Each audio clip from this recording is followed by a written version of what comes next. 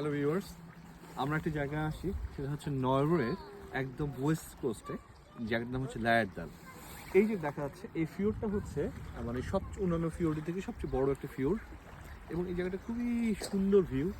এই পাশে বড় বড় পাহাড় দেখা যাচ্ছে, হ্যাঁ, পাহাড়ের উপরে মেঘগুলো আসে আসতেছে। এই পাশে বড় বড় পাহাড়, হ্যাঁ, আমি দেখতে পাচ্ছি। ঠিক আছে, আর এখানে সুন্দর সুন্দর খেলার জায়গা আছে বাচ্চাদের জন্য। সাইফান আমার সাথে আছে, আসো। এই যে সাইফান আছে আমার সাথে, হেই দাও।